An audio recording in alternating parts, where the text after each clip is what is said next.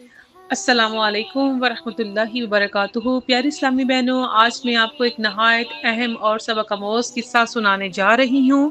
قرآن و حدیث کے مطابق ایک ایسی نافرمان قوم کی کہانی جنہوں نے اللہ کے نبی حضرت صالح علیہ السلام کی بات نہ مانی اور نتیجے میں انہیں ایک ہولناک عذاب کا سامنا کرنا پڑا۔ یہ قصہ نہ صرف ایمان کو تازہ کرتا ہے بلکہ ہمیں اپنی زندگی کو سنوارنے کا پیغام بھی دیتا ہے۔ حضرت صالح علیہ السلام اللہ کے برگزیدہ پیغمبروں میں سے تھے۔ آپ کو قوم سمود کی طرف رسول بنا کر بھیجا گیا۔ قوم سمود بہت طاقتور، سمجھدار اور پہاڑوں کو تراش کر گھر بنانے والی قوم تھی۔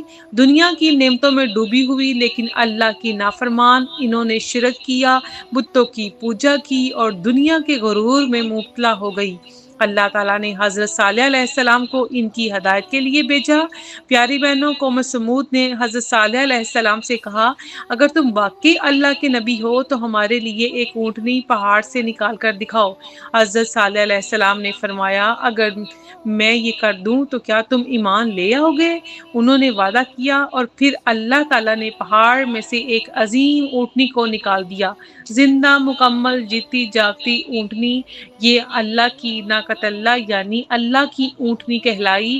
اس کے پانی پینے کا ایک دن مقرر کیا گیا اور قوم کو حکم دیا گیا کہ اس کو نقصان نہ پہنچائیں۔ سورۃ الشمس آیت نمبر 13۔ قوم سمود نے حضرت صالح کی باتوں کو مذاق سمجھا اور آخرکار ان کے بدترین لوگوں نے مل کر اونٹنی کو مار ڈالا۔ حضرت صالح علیہ السلام نے بہت سمجھایا، بہت روکا اور فرمایا، تم نے اللہ کی نشانی کو قتل کیا ہے، اب اللہ کا عذاب تم پر آ کر رہے گا۔ اللہ تعالیٰ کا قہر نازل ہوا، زمین لرز اٹھی، آسمان گرجا اور ایک ہولناک چیخ نے انہیں آ لیا۔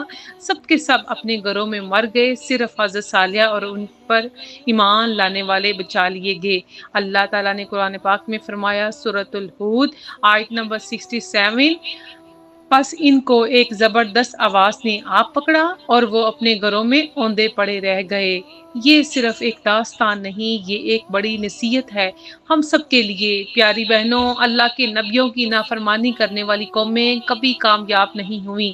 اللہ کی نشانیوں کو جھٹلانے اور دنیا کو غرور میں مبتلا ہونے والوں پر ہمیشہ عذاب آیا۔ حضرت صالح کی قوم صرف ایک اونٹنی کو مارنے پر تباہ ہوئی، تو سوچو ہم کتنی اللہ کی نافرمانیاں کر رہے ہیں۔ آج بھی ہم قرآن کی نافرمانی کرتے ہیں، قرآن کو سمجھتے نہیں، نماز چھوڑتے ہیں، پردے کی مخالفت کرتے ہیں، والدین کی نافرمانی، جھوٹ، غیبت اور دل آزاری ہمارا معمول بن چکا ہے۔ اللہ تعالیٰ تو بڑا غفور و رحیم ہے، لیکن ہم نافرمانیوں پر ڈٹے رہے تو وہی رب قہار بھی ہے۔ پیاری بہنوں، یہ قصے صرف بچوں کو سنانے کے لیے نہیں بلکہ یہ ہماری زندگی کو سنوارنے کے لیے قرآن میں موجود ہیں۔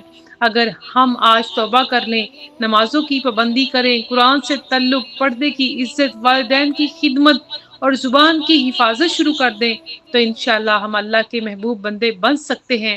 تو آئیں آج سے وعدہ کریں، ہم حضرت صالح علیہ السلام کی قوم کی طرح نافرمان نہیں بنیں گے بلکہ عاجزی، شکر اور اطاعت کے ساتھ زندگی گزاریں گے۔